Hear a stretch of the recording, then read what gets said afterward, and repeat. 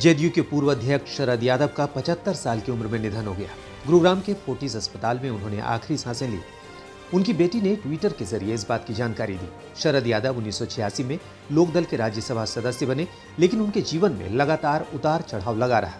शरद यादव 1999 और 2004 के बीच अटल बिहारी वाजपेयी की सरकार में विभिन्न विभागों में मंत्री रहे थे। 2003 में शरद यादव जनता दल यूनाइटेड के अध्यक्ष बने। प्रधानमंत्री नरेंद्र मोदी ने शरद यादव के निधन पर दुख जताया। पीएम मोदी ने ट्वीट किया, शरद यादव जी के निधन से बहुत दुख हुआ। अपने लंबे सार्वजनिक जीवन में उन्होंने खुद को सांसद और मंत्री के रूप में प्रतिष्ठित किया। राहुल गांधी की भारत जोड़ो यात्रा में शामिल होने से अखिलेश यादव ने मना कर दिया है। समाजवादी पार्टी के अध्यक्ष ने कहा कि उन्हें न्योता मिला है, लेकिन हमारी पार्टी के कार्य करने का तरीका, सिद्धांत उनसे अलग है, इसलिए हम उस पार्टी के आंदोलन के साथ नहीं जुड़ेंगे। दरअसल कांग्रेस ने समान विचारधारा वाले 21 राजनीतिक दलों को श्रीनगर में 30 जनवरी को भारत जोड़ो यात्रा के समापन समारोह में शामिल होने के लिए न्योता दिया है। शिवसेना के उद्धव गुट ने समापन कार्यक्रम में शामिल होने का ऐलान किया है। इस बीच राहुल गांधी की भारत जोड़ो यात्रा का पंजाब में आज तीसरा दिन है। बिहार के बक्सर में बवाल थमने का नाम नहीं ले रहा है। किसानों से बातचीत करने गए केंद्रीय मंत्री अश्विनी चौबे का जमकर विरोध हुआ।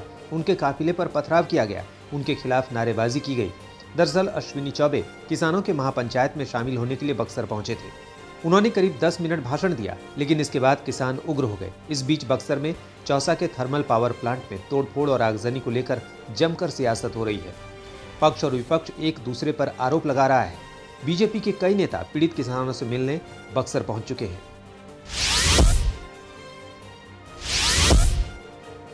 बिहार के शिक्षा मंत्री प्रोफेसर चंद्रशेखर के बयान पर बिहार से लेकर पूरे देश में सियासी पारा चढ़ा हुआ है। बीजेपी उन्हें बर्खास्त करने की मांग कर रही है। बिहार के शिक्षा मंत्री के खिलाफ साधु संतों ने भी मोर्चा खोल लिया है। बिहार के शिक्षा मंत्री को पद से हटाने की मांग हो रही है। अयोध्या के संत परमहंस आचार्य ने नीतीश के मंत्री की जीभ काटने वाले को इनाम का ऐलान तक कर दिया है। उधर बिहार के शिक्षा मंत्री अपने बयान पर डटे हैं। इस बीच बिहार के सीएम ने मामले की जानकारी नहीं होने की बात की। प्रोफेसर चंद्रशेखर ने नालंदा ओपन यूनिवर्सिटी के दीक्षांत समारोह में कहा था कि रामचरितमानस से नफरत फैलती है। दिल्ली के द्वारका थाने में बिहार के शिक्षा मंत्री के खिलाफ एफआईआर हुई है। सुप्रीम कोर्ट के वकील विनीत जिंदल ने एफआईआर दर्ज कराई है। बीजेपी के अध्यक्ष जेपी नड्डा ने पश्चिमी त्रिपुरा जिले में रोड शो किया। कार्यक्रम के दौरान बीजेपी के अध्यक्ष कांग्रेस और सीपीएम पर जमकर बरसे। उन्होंने कहा कि ये दोनों पार्टियां भ्रष्टाचार में पारंगत है और वो इसकी ट्यूशन भी दे सकती है। दरअसल बीजेपी त्रिपुरा विधानसभा चुनाव की तैयारियों में जुट गई है। त्रिपुरा में पार्टी के नेता लगातार दौरे कर रहे हैं। त्रिपुरा की 60 सदस्यीय विधानसभा के लिए इसी साल चुनाव होना है।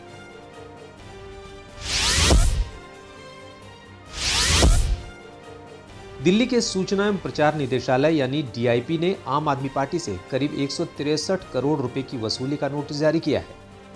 ये पैसा दिल्ली की सत्ता पर काबिज पार्टी को 10 दिनों के अंदर जमा करना होगा। मामला 2015-16 का है। आम आदमी पार्टी पर राजनीतिक विज्ञापन को सरकारी बताकर पैसे के गलत इस्तेमाल का आरोप लगा। आरोप पर हाईकोर्ट ने कमेटी बनाई। कमेटी ने आरोपों को सही बताया, जिसके बाद करीब 1 महीने पहले दिल्ली के उपराज्यपाल ने मुख्य सचिव को पैसे वसूलने के निर्देश दिए। अगर आम आदमी पार्टी पैसा नहीं चुकाती तो पार्टी की संपत्ति कुर्क की जा सकती है।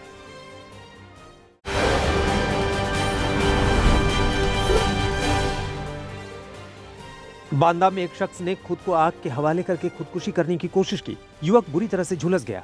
शख्स के पिता ने बताया कि उसका बेटा मानसिक रूप से विक्षिप्त है। हादसे के वक्त घर के सभी लोग घरेलू काम में व्यस्त थे। तभी शाम को अपने आप को कमरे में बंद कर खुद पर मिट्टी का तेल डालकर आग के हवाले कर दिया। जब लोगों ने आग की लपटें देखी तो खिड़की से कमरे में घुसे और उसे बाहर निकाला। परिजनों ने आनन फानन में अस्पताल में उसे भर्ती कराया। युवक का पहले से इलाज भी चल रहा है। मानसिक बीमारी के कारण उसने इस घटना को अंजाम दिया।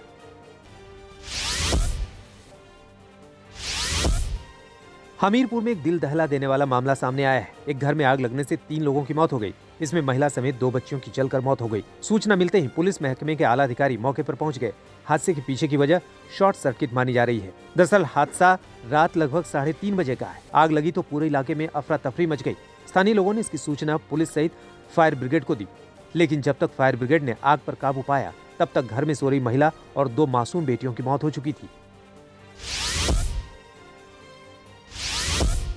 यूपी के बाराबंकी में बीजेपी नेता के चचेरे भाई की हत्या कर दी गई। अज्ञात बदमाश ने उस शख्स का सिर कुचलकर मौत के घाट उतार दिया।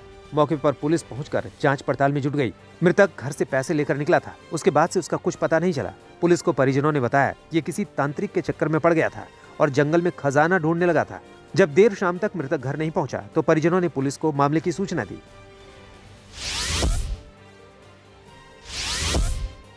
खरगोन में एक छात्र ने अपनी जीवन लीला समाप्त कर ली।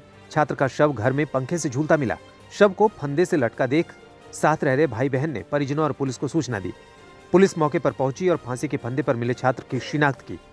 छात्र के परिजनों ने बताया कि वो भाई बहनों के साथ रहकर पढ़ाई कर रहा था। जब छात्र अपने कमरे से बाहर नहीं आया तो उसके भाई ने दरवाजा खटखटाया। कुछ हलचल न होने पर खिड़की से झांक कर देखा तो वो पंखे से लटकता दिखाई दिया। वहीं इस मामले में परिजनों का कहना है कि छात्र को कोई भी परेशानी नहीं थी। फिलहाल पुलिस मामले की जांच में जुटी है। छात्र का मोबाइल बरामद कर उसकी जांच की जा रही है।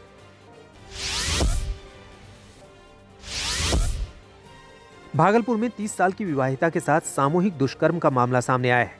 उसी गांव के रहने वाले 3 युवकों ने दुष्कर्म की घटना को अंजाम दिया। रात में महिला अपने घर से खेत की ओर शौच के लिए जा रही थी, तभी 3 दरिंदों ने इस घटना को अंजाम दिया। घटना के बाद जब पीड़िता अपने भाइयों और पिता के साथ आरोपियों के घर शिकायत करने गई तो उन लोगों ने पीड़िता और उसके परिवार के साथ मारपीट कर दी। दुष्कर्म और मारपीट के मामले को लेकर पीड़िता ने थाने में शिकायत की है। पुलिस ने आश्वासन दिलाया है कि पीड़िता को न्याय दिलाने में पूरी मदद करेंगे।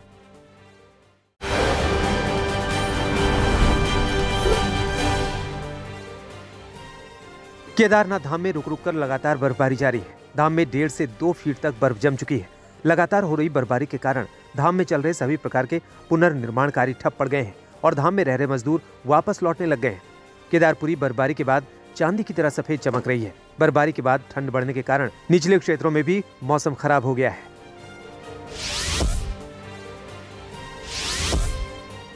गंगोत्री के यमुनोत्री धाम में बर्फबारी शुरू हो गई है। सुबह गंगोत्री मंदिर परिसर में करीब 3 इंच बर्फ पड़ चुकी है। धराली और हर्षिल के इलाके में बर्फबारी का दौर शुरू हो गया है। हालांकि जनवरी माह तक अच्छी बर्फबारी न होने से यहाँ के निवासी खासे परेशान थे। निचले इलाकों में हुई बारिश की वजह से स्थानीय लोगों ने राहत की सांस ली है।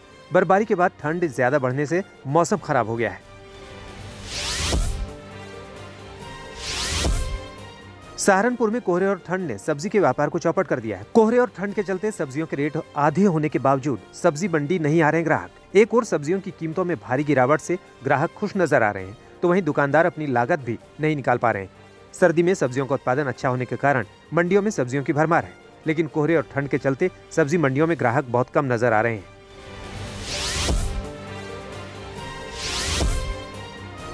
समस्तीपुर में ठंड के मौसम में कोहरे के बीच पटना एग्जाम देने बाइक से जा रहे 2 युवकों को तेज रफ्तार आ रही ट्रक ने कुचल दिया, जिससे एक युवक की घटनास्थल पर ही मौत हो गई।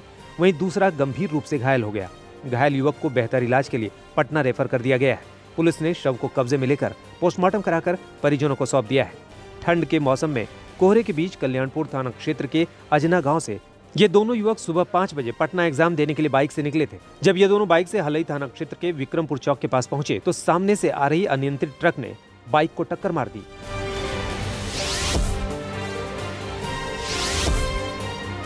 दिल्ली समेत पश्चिम और उत्तर भारत के इलाकों में पिछले दिनों भयानक कोहरे की मार पड़ी थी। कई शहरों में विजिबिलिटी 0 मीटर तक चली गई थी। एक बार फिर दिल्ली और उसके आसपास के इलाकों पर कोहरे के उसी कहर का खतरा मंडरा रहा है। मौसम विभाग का कहना है कि दिल्ली और उसके आसपास फिलहाल तापमान में बढ़ोतरी महसूस की जा रही है। दिल्ली का तापमान न्यूनतम 9.3 डिग्री रहा है, लेकिन आशंका है कि जल्द ही ये राहत मुसीबत में बदलने वाली है।